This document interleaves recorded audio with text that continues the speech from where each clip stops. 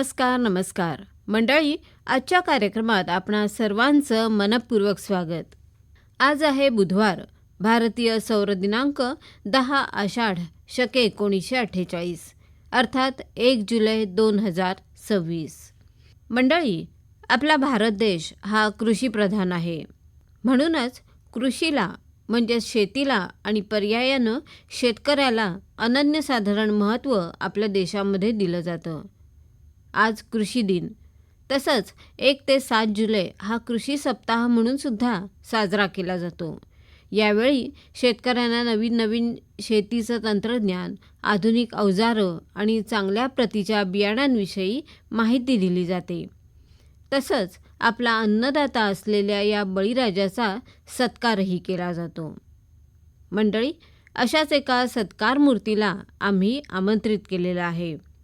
कोकण कृषी विद्यापीठ दापोलीकडून 2026चा पहिला शेतकरी फेलो पुरस्कार प्राप्त झालेले प्रगतिशील शेतकरी दयानंद चौगुले इथं आलेले आहेत.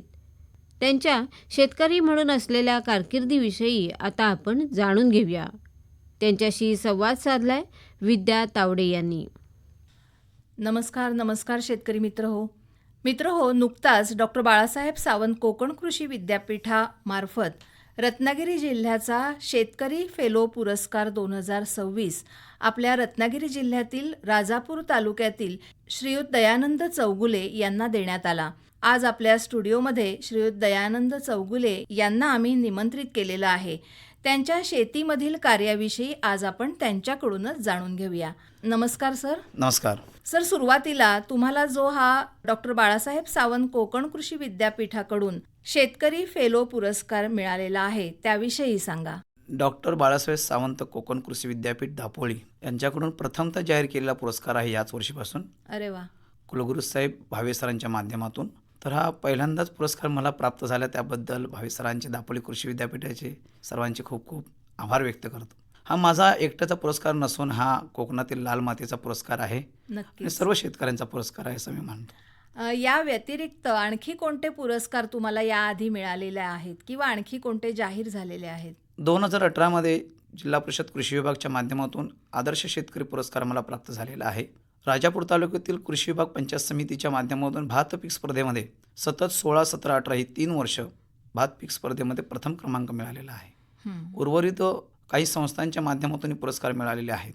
याच वर्षी मला वसंतराव नाईक शेतीनिष्ठ पुरस्कार नामांकन झालं असून हा 1 जुलैला वरली या ठिकाणी राज्यपालांच्या हस्ते प्रदान करण्यात येणार आहे. अरे वा, खूपच छान. एकूणच तुमची जी शेती आहे ती पारंपरिक शेती आहे का? किती वर्ष तुम्ही शेती करताय? ही पारंपरिक शेती आहे. ही वंशपरंपरेने चालूच आहे. आजोबांकडून वडिलांकडून माझ्याकडे आलेली आहे. आणि ह्या पारंपरिकमध्ये जास्तीत जास्त आधुनिक तंत्रज्ञानाचा वापर करून बदल करण्याचं माझं काम चालू आहे. अरे वा.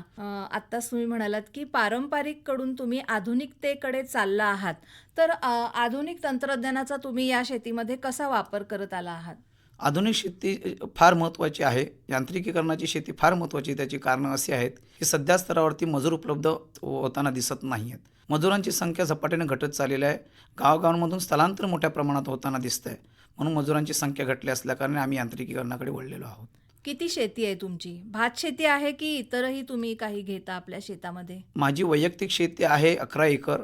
माझ्या वडिलांची शेती आहे 42 एकरच्या आजूबाजूला आहे, संपूर्ण वडरोपची झालेली. आणि माझं क्षेत्र कमी असल्या कारणाने तुटक क्षेत्र आहे कोकणामध्ये आपल्याला माहिती आहे. परंतु एकत्रित शेती बऱ्याचशा लोकांनी सोडल्या कारणाने जिथे भूखंड भात शेतीच असेल तिथे मी माझी नांगरणी करतो त्यांना विचारून. आणि त्यांची शेती सुटसुटीत, बांध सुटसुटीत कसे राहतील हे त्यांना मी सांगतो, समजावून सांगतो आणि मी त्यांची शेती करतो. बरोबर. आत्ताच तुम्ही म्हणालात की यांत्रिक पद्धतीने तुम्ही शेती करत आहात, परंतु आपल्या कोकणातली ती जी शेती आहे ती तुकड्यांमध्ये किंवा डोंगर उतारावरची शेती आहे. तर तुम्ही याचा अवलंब करताना तुम्हाला काही अडचणी येतात का? 100% अडचणी येतात. सध्या स्तरावरती कोकणाची भौगोलिक परिस्थिती आपण पाहिली तर तुकड्या तुकड्यांमधून शेती दिसते आपल्याला. मळ्या छोट्या छोट्या प्रमाणामध्ये खाचराची जमीन असं आपण त्यांना म्हणतो, भरड जमीन असं त्यांना म्हणतो. पण तिथे शेती करत असताना यांत्रिकीकरणाचा वापर करत असताना मोठ्या अडचणी येतात. परंतु यांत्रिकीकरणामध्ये मोठे बदल झालेले आहेत. आता टिलर सिस्टमची छोटी ट्रॅक्टर आपल्याकडे उपलब्ध आहेत. गेली 20 वर्षापासून मी ती वापरतोच आहे.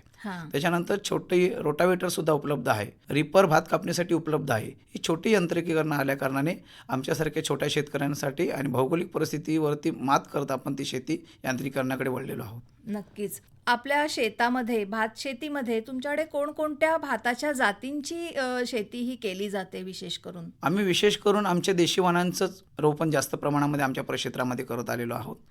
विशेष करून आमच्या वडीलपरजात असणारी जी काही भात आहे ज्याला भारत सरकारचं पेटंट मिळालेलं आहे, सरवट आणखी मुंडेगा, त्याचप्रमाणे 10 आपण पेटंटच्या प्रस्तावाला आपण जोडलेले आहेत. ते लवकरच आपले पेटंट होतील. परंतु विशेष करून मुंडगा, सरवट, वाळय, बेळा, ज्योती, रक्तशाली, टायचन, काला जिरगा, आंबेमोर, सोनफल, पटणी, आजरा धनसाल, त्याच्यानंतर काळा नमक, चंपाकली, सोरटी, जस्मीन, वारंगळ अशा काही जाती नामशेष झालेल्या आहेत. हा आम्ही समजतो देवाघरचा दवाखाना आहे आणि हा जतन करण्याचं आणि संवर्धन करण्याचं काम सध्या स्तरावरती मी माझ्या खरवत्या गावी करत आहे.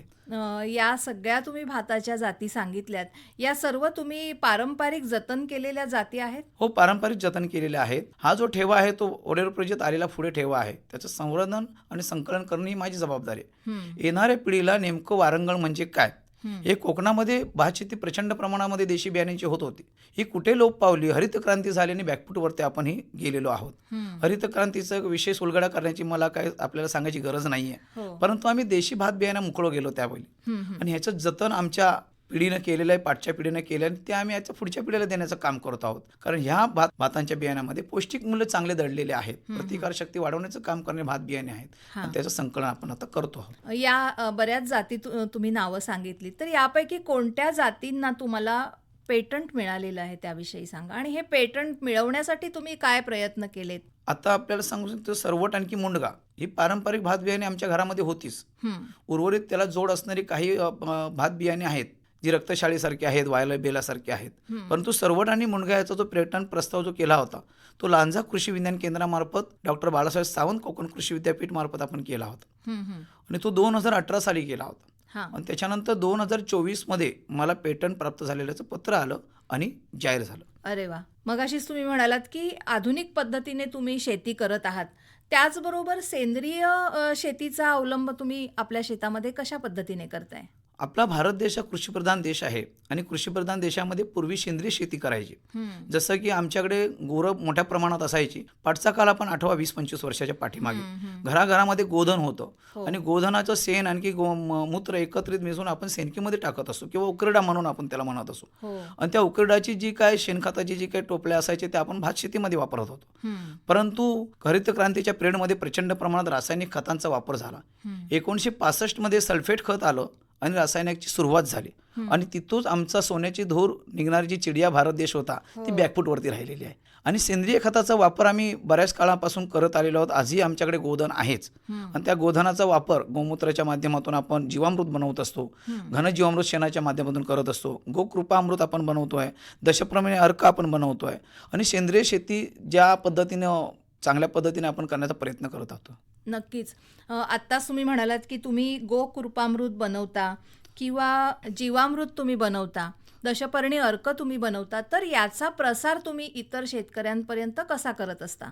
प्रचार आणि प्रसाराचं कार्य गेली अनेक वर्ष माझं चालू आहे. गेली 25 वर्ष मी जिल्हा परिषद शाळांच्या माध्यमातून करतो आहे, वैयक्तिक शेतकरी मेळाव्यांच्या माध्यमातून करतो आहे, जिथे जिथे संधी मिळेल ग्रामसभेच्या माध्यमातून करतो आहे. आत्ताच एक कन्सेप्ट आला होता शिक्षकांसाठी की सेंद्रिय शेतीचा प्रचार आणि प्रसाराच्या संदर्भामध्ये मार्गदर्शन करण्याच्या संदर्भामध्ये. मग लांजा विभागामध्ये आपण प्रचार केला किंवा महाविद्यालय आहेत जिथे आता भारताचे भावी नागरिक आता बनण्याच्या शक्यतेमध्ये पुढे आहेत जे युवक, त्या युवकांना प्रबोधन करण्याचं काम सेंद्रिय शेतीचं आपण करत आलेलो आहोत. मगाशीच तुम्ही म्हणालात की शाळांमधून याचा प्रसार तुम्ही करत असता, तर त्याविषयी जरा सांगा. नाही, जशा पद्धतीने आपल्याला माहिती आहे शैक्षणिक पाया हा भविष्य घडवतो मुलांचं, त्याच पद्धतीने शेतीच्या क्षेत्रामध्ये जर क्रांती करायची असेल तर ह्या विद्यार्थ्यांना घडवणं फार गरजेचं आहे. आणि आम्ही त्या कृती स्वरूपामध्ये घडवण्याचा प्रयत्न करतोय की प्रत्येक शाळेमध्ये जातोय, तिथे प्रात्यक्षिक दाखवतोय. दशप्रणिअर्क कसा बनवायचा आहे, गोकृपामृत कसं बनवायचं आहे, जीवामृत कशा पद्धतीने बनवायचं आहे आणि ते बनवल्यानंतर ते कुठे वापरायचं आहे या संदर्भामध्ये आम्ही त्यांना मार्गदर्शन करत असतो. ज्या विद्यार्थ्यांना आम्ही मार्गदर्शन करत असतो तेच आयडॉल आपल्या घरी बनतील, आपल्या आईवडिलांचे बनतील या दृष्टिकोनातून आपण जे केलं ते आईवडिलांच्या माध्यमातून शेतामध्ये कसं जाईल या दृष्टीने आमचा प्रयत्न राहिलेला आहे. बरोबर आहे.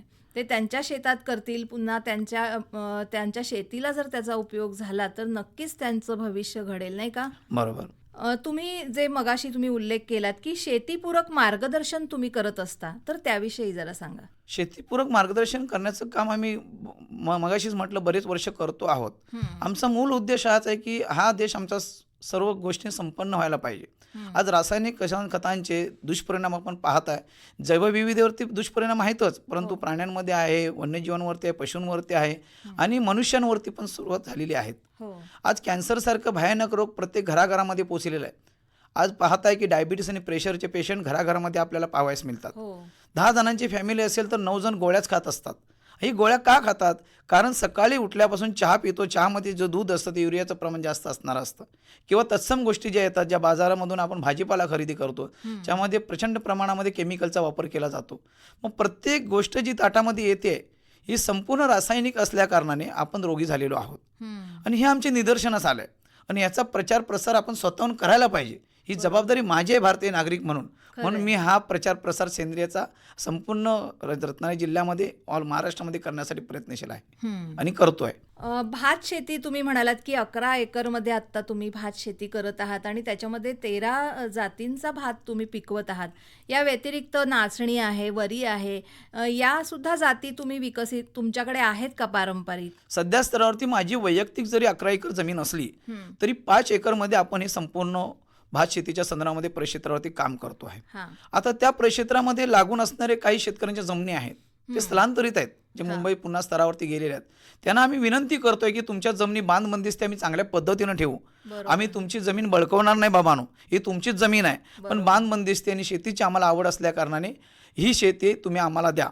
आम्ही त्याच्यामध्ये काही पारंपरिक बियाण्यांचं रोपण करणार आहोत आणि त्याचा अभिमान तुम्हालाही असायला पाहिजे की खरवते गावामध्ये आमचा जन्म झाला आणि त्या ठिकाणी पारंपरिक बियाणे दयानंद चौगलेसारखा साधा शेतकरी करतोय आणि जमिनी ओसाड न राहता कसल्या जातील हा दृष्टिकोन आम्ही समोर ठेवलेला आहे. आणि आता जवळजवळ 30 भात बियाणे आपण त्या ठिकाणी प्रक्षेत्रावरती पेरलेले आहेत. उगवण क्षमता चांगल्या पद्धतीने झालेली आहे. अरे वा. त्याच्याबरोबर भरडधान्य आहेत, जे जुन्या काळातली भरडधान्य आता सध्या नामशेष होताना दिसत आहेत. त्याच्यामध्ये नाचणी आहे, 4 प्रकारची नाचणी आहे, वरी 3 प्रकारची आहे, त्याच्यानंतर तीळ आहे, अशा त्याच्यानंतर तूर आहे, त्याच्यानंतर कुळीद आहेत, उडीद आहेत. हे भरडधान्य आपण त्या प्रक्षेत्रामध्ये काही गुंठ्यामध्ये लावलेलं आहे. बरोबर. आत्ता तुम्ही म्हणालात की बाहेरगावी असलेले जे आपले चाकरमानी आहेत त्यांच्याकडून तुम्ही विनंती करून त्यांच्या जमिनी सुद्धा तुम्ही कसताय, तर त्यांचं सहकार्य तुम्हाला कसं मिळतं? खूप सहकार्य चांगलं मिळतं आहे की त्यांनाही वाटायला लागलं आहे की दयानंद बाबाजी चौगुले हा चांगल्या पद्धतीने शेतीमध्ये नाविन्यपूर्ण प्रयोग करतोय आणि आता त्यांचं म्हणणं येतं की आम्हाला पण शेतीमध्ये रस निर्माण झालेला आहे. मॅडम, मजेची बाब अशी आहे की शेतकरी आता मुंबई स्तरावरून गावी यायला लागलेत युवक आमचे आणि विचारतायत की दादा आता तुमच्याकडची शेती आहे ती आम्हाला करावायची आहे. आज अशी गोष्ट निर्माण झाली की माझ्याकडची जी शेती होती त्यांची ती शेती त्यांनी पुन्हा कसायला सुरुवात केलेली आहे. मी आनंदाने त्यांना सांगतोय की तुम्हाला लागेल ती मदत आम्ही तुम्हाला करायला तयार आहोत. अगदी प्रशिक्षणापासून तुमच्या कृती स्वरूपात प्रक्षेत्रावरती नांगरणीपासून सगळ्या गोष्टी तुम्हाला जशा पोषक करता येईल या दृष्टीने माझा प्रयत्न आहे. परंतु या पाखरानं या पुन्हा एकदा आपल्या शेतीमध्ये वळा असं आम्ही एक लोकांना आव्हान करत आहोत. नक्कीच. तुम्ही एवढ्या मोठ्या प्रमाणावर तुमची शेती आहे ना, भाताबरोबर नाचणी आहे किंवा तूर, तीळ ही सुद्धा पिकं तुम्ही, वरी आहे, ही सगळी घेताय. पण हे सगळं करताना इतर शेतकऱ्यांचा सुद्धा कसा फायदा होईल किंवा महाविद्यालयातील शाळेतल्या विद्यार्थ्यांना सुद्धा शेतीमध्ये प्रवृत्त कसं करता येईल, हे सगळं करण्यासाठी तुम्हाला वेळ कसा मिळतो? वेळ काढावा लागतो. मी विशेष करून शेतीमध्ये असतो कायमच. सकाळी 6-6:30 वाजल्यापासून शेतीमध्ये सुरुवात असते माझी. परंतु फोन बरेच लोकांचे येत असतात, थोडासा खंड होतो. परंतु आपण शेतकरी आहोत आणि जास्तीत जास्त शेतकरी या मिशनमध्ये यावेत हा दृष्टिकोन समोर ठेवून बऱ्याचशा शेतकऱ्यांना जर मिस कॉल पडले तर 7च्या नंतर मी सर्वांना कॉन्टॅक्ट करतो. विशेष करून सर्व आता मी आपल्याला सांगतोय की डॉक्टर आहेत, इंजिनियर आहेत, काही कॉन्ट्रॅक्टर आहेत, बरेचसे जे आता मोठ्या क्षेत्रामध्ये काम करणारे जे तरुण आहेत, युवक आहेत, ते परत आता पाठीमागे रिवर्स येताना आपल्याला पाहत आणि त्याचा आनंद आम्हाला द्विगुणित होतोय की शेतीची आवड पुन्हा एकदा यांना निर्माण झाली आहे आणि हा भारत देश शेतीच्या विषयामध्ये सुजलाम सुफलाम होईल या दृष्टिकोनात आमची पहिली पाऊल आम्ही उचललेली आहेत असं मला वाटतं. नक्कीच. डॉक्टर, इंजिनियर सारखे प्रतिष्ठित लोक सुद्धा आता शेतीकडे वळताना दिसत आहेत, नाही का? तर या सगळ्यांना तुम्ही कशा प्रकारे मार्गदर्शन करत असता? आता आपल्याला माहितीच आहे की रासायनिक खतांचे दुष्परिणाम संबंधित सर्वच लोकांना आता बसायला लागलेले आहेत. आपण मीडियाच्या माध्यमातून बघतोय, वृत्तपत्राच्या माध्यमातून पाहतोय की राजस्थान सारख्या ठिकाणी जी पंजाब आपला जो हरितक्रांतीमध्ये नंबर टॉपला असणारा जो राज्य आहे, तिथून भटिंडा गावातून ती ट्रेन कॅन्सरग्रस्त ट्रेन आपली या ठिकाणी येते राजस्थानामध्ये. मग कॅन्सरचं प्रमाण प्रचंड वाढलेलं आहे. मग डॉक्टर, इंजिनियर जे सुशिक्षित लोक त्यांना कळायला लागलं आहे की थोडी का होईना 5 गुंठ्यामध्ये मी शेती करेन, आवड निर्माण झालेली आहे आणि शेतीच्या संदर्भामध्ये आम्ही योग्य स्टार्टपासून एंडपर्यंत मार्गदर्शन करत असतो. भात शेती जशी तुमची आहे तशीच तुमच्या आंबा आणि काजू किंवा इतर फळबागा आहेत त्याविषयी सुद्धा आपल्या शेतकरी मित्रांना सांगा. फळबाग लागवड आवश्यकता आहे. हा खरीप हंगामातला विषय आहे. मी आता जर भात शेतीच्या संदर्भामध्ये बोललोय. बरोबर. बारमाही पाणी नसल्या कारणाने आपण ह्या पावसाळी सीझनमध्ये खरीप हंगामामध्ये ही पिकं घेत असतो. परंतु उर्वरित काय तर फळबाग लागवड आहे, काजू लागवड आहे, त्याच्यानंतर आंबा लागवड आहे, त्याच्यानंतर सागवण लागवड आहे. याच वर्षी मी परत आमच्या आजोबांची जी काही बेटं होती, बांबूची बेटं होती, त्याच्यामध्ये आणखी वाढ करण्यासाठी जवळजवळ 200-250 बेटं लावण्याच्या प्रयत्नात आहे. लेट पाऊस पडला परंतु लावण्याच्या प्रयत्नात आहे, कारण मला आवड ही शेतीची असल्या कारणाने ही शेती जास्तीत जास्त अनेक विविध ह्याच्यामध्ये रूपांतरित कशी होईल या दृष्टीने माझा प्रयत्न राहणार आहे. आंबा, काजू, फणस याच्या सुद्धा काही पारंपरिक जाती आपल्याकडे असतील त्याविषयी सांगा. आंबा, काजू, फणस 13 प्रकारची माझ्या बागेमध्ये आंबा आहेत. मी सध्या स्तरावरती माझ्या जंगलमध्ये जे लहानपणी मला आता आठवत आहे की जंगलामध्ये विविध प्रकारचे आंबे होते जे रायवल आहेत. बरोबर. हा संपूर्ण ह्यांचा जो बाप आहे त्या बापालाच आपण विसरलेलो आहोत. खरंय. रायवल आंब्यामध्ये जी टेस्ट होती ती आता या हापूस आंब्यामध्ये नाही आहे. आणि ही टेस्ट शोधण्यासाठी मुलं पूर्वीसारखी रानामानामध्ये आता फिरत नाही आहे, कारण हे जग जे आहे ते सगळं मोबाईलमध्ये विस्तृत एका हातामध्ये आल्या कारणाने त्यांना जंगलामध्ये फिरायची आवड निर्माण होताना दिसत नाही आहे. म्हणून आम्ही जंगलामध्ये फिरतोय. जी काही जुनी झाडं राहिलेली आहेत त्या झाडांचे बाटे आणतो आणि आमच्या जमिनीमध्ये रोपण करण्याचा प्रयत्न चालला आहे अरे की जेणेकरून सर्व जातींचे जे बाटे आहेत, सर्व जातींचे जे आंबे आहेत रायवल, हे टिकून राहावेत, हा आमचा दृष्टिकोन आहे. नक्कीच. या सर्व फळांची जी विक्री व्यवस्था आहे त्याच्याविषयी जरा सांगा. आपण सेंद्रियमध्ये काम करत असताना विक्री व्यवस्था चांगल्या पद्धतीने होते. मी बऱ्याचशा कानपूर उत्तर प्रदेशमध्ये विक्री व्यवस्था माझी आहे. ऑल महाराष्ट्र विक्री व्यवस्था आहे. कर्नाटक, आंध्रामध्ये काही शेतकरी आपल्याला कनेक्टेड झालेले आहेत, व्यापारी कनेक्टेड झालेले आहेत, त्यांना सप्लाय करण्याचं काम आपण करतो. जसं विक्री व्यवस्थेचा विषय आला तर ही जी सरवट आणि मुणगा भारताच्या पारंपरिक जाती तुम्ही विकसित केलेल्या आहेत, तर या सगळ्या बियाण्याची विक्री व्यवस्था तुम्ही कशी करता? शेतकऱ्यांनी आता शेतीमध्ये का वळायला पाहिजे? बऱ्याचशा युवकांना वाटतं शेतीमध्ये पैसा नाही आहे. पैसा तुम्ही डोकं लावलं तर पैसा भरपूर आहे. बरोबर. आणि ज्या कॉम्प्युटर लाईनमध्ये तुम्ही काम करता, आय टी क्षेत्रामध्ये तुम्ही काम करता, त्याच्यापेक्षा आनंद जो आहे आणि पैसा येतो ह्या शेती क्षेत्रामध्ये आहे आणि तो आम्ही अनुभवलेला आहे. बरोबर. आता याच वर्षी मी माझी जी पारंपरिक बियाणे आहेत त्याची 2 टनाची विक्री केलेली आहे. अरे वा. 300 रुपये किलो प्रमाणे विक्री केलेली आहे. हा माझा जो हंगाम आहे तो खरीप हंगाम आहे. हो. खरीप हंगामामध्ये जर 2 टनाची विक्री करून मी जर पैसे कमवत असू, तर उर्वरित रब्बी हंगामामध्ये इतर जी माझी फळं लागवड आहेत त्याच्यामधून पैसे कमवत असू आणि जो आनंद पैशाबरोबर मिळतो, पैसा तर मिळतोच, जो आनंद मिळतो तो परत अद्वितीय आनंद आहे तुमच्या चेहऱ्यावर आणि दिसतो. समाधानी आनंद आहे. आणि तो आनंद प्रत्येक आयुष्यात परत मिळत नाही आणि आयुष्य एकदाच आपल्याला जगायचं आहे, तर त्या आनंदात जगावं यासाठी परत एकदा आपण आपल्या शेतीमध्ये यावं असं बऱ्याच युवकांना माझं आव्हान आहे. शेतकरी मित्र, तुमच्या लक्षात आलंच असेल चौगुले सरांच्या बोलण्यावरून की कोकणातला शेतकरी सुद्धा सधन होऊ शकतो. फक्त आपल्याकडे थोडीशी विचारशक्ती पाहिजे आणि मेहनत करण्याची तयारी असेल तर आपण चांगल्या प्रकारे उभं राहू शकतो या शेतीतून, नाही का? 100% मॅडम. सर, आपल्या कोकणामध्ये शेती करताना किंवा बागायती करताना सुद्धा एक मोठा प्रश्न आहे, तो म्हणजे वन्यजीवांचा जो त्रास होतो तो. माकडं असतील, वानरं असतील किंवा रानगवे असतील, इतर जे प्राणी आहेत त्यांचा आपल्या शेतीला खूप उपद्रव होत असतो आणि त्यामुळे आपला शेतकरी हा शेतीपासून लांब होत चाललाय. काय बोलाल तुम्ही? हा जो प्रश्न आहे तो प्रश्न का भेडसावला याचं मूळ कारण शोधणं फार गरजेचं आहे. जोपर्यंत मूळ कारण शोधत नाही तोपर्यंत त्या प्रश्नाची समस्या आपल्याला सोडवता येणार नाही. बरोबर. परंतु ही आम्ही शोधलेली आहे. वन्यजीव प्राणी आपल्या शेतापर्यंत, आपल्या घरापर्यंत का पोहोचले ते प्रश्नचिन्ह निर्माण होतं. मग त्याचं उत्तर असं आहे की 20 वर्षा पाठीमागे तुम्ही जा, प्रत्येक डोंगर दऱ्यामध्ये आपले आजोबा वडील शेती करायचे. आणि त्या शेतीपूरक घराघरामध्ये शेती असल्या कारणाने कुठेतरी काही प्रमाणामध्ये शेतीची नासधूस असायची. हो. आता माझ्या गावामध्ये तुम्ही पाहिलात तर 10 वर्षापूर्वी आम्ही 5-6 लोक शेती करायचो. आता जवळजवळ बरेचसे लोक शेतकरी वळलेले आहेत. पण डोंगर दऱ्यामध्ये ज्या ठिकाणी रोंबे भात असायचं, नाचणीची लागवड असायची, वरीची लागवड असायची, कुळीद उडदाची लागवड असायची, त्यावेळी पशु आणि वन्यजीव प्राणी त्या ठिकाणी खाली यायचे नाहीत. बरोबर. कारण त्यांना मोठ्या प्रमाणामध्ये मिळायचं. काही शेतकरी मोठ्या प्रमाणामध्ये असायचे. आता शेतकरी कमी झाल्या कारणाने थोडीशी नासधूस झाल्यानंतर शेतकरी बोंबळत असतो, अरे माझं प्रचंड प्रमाणात नुकसान झालं. हो. म्हणून आम्ही एक संकल्पना राबवलेली आहे. जिथे जिथे पूर्वज आमचे शेती करायचे त्या मला ओसाड आहेत, डोंगरदऱ्यामध्ये आहे, तिथे आम्ही एक संकल्पना अशी राबवली, एक दाना पशुप्राण्यांसाठी संकल्पना आम्ही राबवलेली आहे. मग आम्ही 10-10 किलो, मग त्याच्यामध्ये भात असेल, वरी असेल, त्याच्यानंतर उडीद कुळीद असतील किंवा चवळी असेल, अशांच्या बियांचं जे आपण त्या ठिकाणी पेरणी करत असतो. कारण येणारा जो वन्य प्राणी आहे तो आमच्या भातापर्यंत पोचताच कामा नये. आणि गेली 3 वर्ष आम्ही राबवतो आणि त्याचा फायदा असा झालाय की ते पशुप्राणी त्याच भागामध्ये आपलं पोट भरतायत. आणि ज्या प्रत्येक मनुष्याला जशी आवड निवड असते, मला हे खायचं, मला ते खायचं, मग आवडीनिवडीचं जेवण आम्ही त्या जंगलातच त्या प्राण्यांना उपलब्ध करून दिलेलं आहे. अरे वा. आणि हे सांगत असताना आम्ही प्राण्यांसाठी पाण्याची पण सुविधा, मार्च एप्रिल मे मध्ये प्रचंड तहान असते पशुप्राण्यांना, जसे आपल्याला असते, हिटचं प्रमाण भरपूर असतं, मग प्राणी घरापर्यंत पोहोचतात. बरोबर. कारण पूर्वीची जी काही टाकी पाण्याची असायची किंवा तळे असायचे आता नामशेष झालेले आहेत. मग काही प्रमाणात जे असतील ते आम्ही साफसफाई केलेली आहे. मग त्यासाठी एक संकल्पना आम्ही राबवली. तर आम्ही सिमेंटच्या छोट्या छोट्या रिंग बनवलेल्या आहेत आणि त्या रिंगमध्ये आम्ही पाणी भरतो आणि दर हप्त्याला स्वच्छ करतो. मुळात आम्हाला जर स्वच्छ पाणी लागतं तसं पशुप्राण्यांनी स्वच्छ पाणी मिळावं हा दृष्टिकोन समोर ठेवून आम्ही रिंग पाईप पाणी बसवलेलं आहे.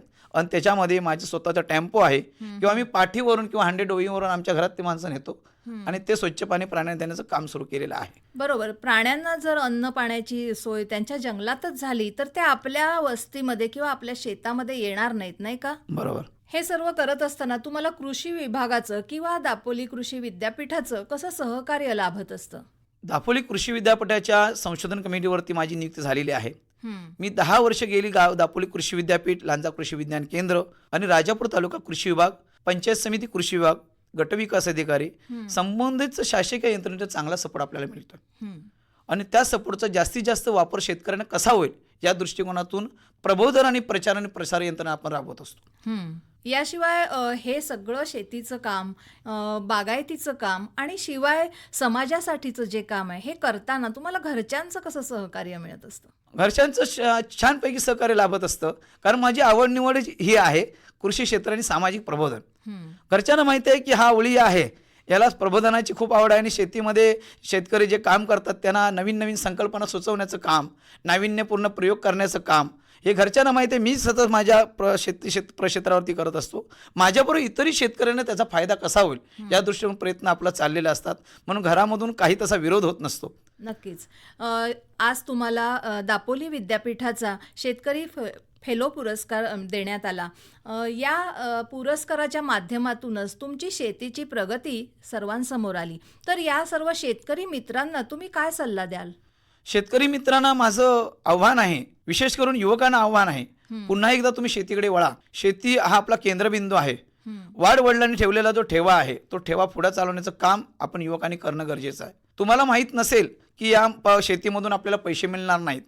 बऱ्याचशा योजना शासनाच्या अशा आहेत, त्या योजनेमधून तुम्हाला परिपूर्ण करण्याचं काम शासन करत आहे. आणि त्या योजनांचा फायदा घेऊन आपण आपल्या शेतीमध्ये प्रामाणिक कष्ट करून काम करणं हे तुमचं ध्येय डोळ्यासमोर ठेवून तुम्ही पुन्हा एकदा शेतीमध्ये रमाल अशी मला आशा आहे. आणि तुम्हाला लागणारं जे काय कौशल्य जे तुम्हाला अडचणी येतील त्यासाठी 24 तास मी स्वतः दयानंद बाबाई चौगले आपल्या सेवेसाठी तयार आहे. खरंय. बऱ्याच वेळा असं म्हटलं जातं की योजना आहेत पण त्या प्रत्यक्षात शेतकऱ्यांना राबवताना अनेक अडचणी येत असतात. तर तुमचा काय अनुभव आहे? अडचणी येतात म्हणजे काही डॉक्युमेंट्सने अडचणी येत असतात, काही डॉक्युमेंट्स प्रॉब्लेम्स असतात, त्यामुळे अडचणी येतात. मी गेली जवळजवळ 10-15 वर्ष शासकीय योजना राबवतो आहे. आणि त्या शासकीय योजनेमध्ये नवीन जेव्हा शेतकरी त्या ठिकाणी जातो तेव्हा थोडं अडखळल्यासारखं वाटतं. एवढे कागदपत्र घ्या, तेवढे कागदपत्र घ्या, पण त्याच्यावरती मात करणं गरजेचं आहे ना. आता बऱ्याचशा सुधारणा झालेल्या आहेत की वडिलांच्या नावे जर तुमचा 7/12 असेल तर तुम्ही प्रपत्र जोडू शकता, तुम्ही संमतीपत्र जोडू शकता आणि त्या योजनांचा फायदा घेऊ शकता. शासनानं 100% अनुदानामधून तुम्हाला फळबाग लागवडच्या संदर्भामध्ये असू द्या, सिंचन विहिरीच्या संदर्भामध्ये असू द्या, गोठ्यांच्या संदर्भामध्ये, कुक्कुटपालनाच्या संदर्भामध्ये 223 योजना या नरेगाच्या माध्यमातून दिलेल्या आहेत. हां. उर्वरित पशुसंवर्धन विभागाच्या वेगळ्या आहेत, कृषी विभागाच्या वेगळ्या आहेत.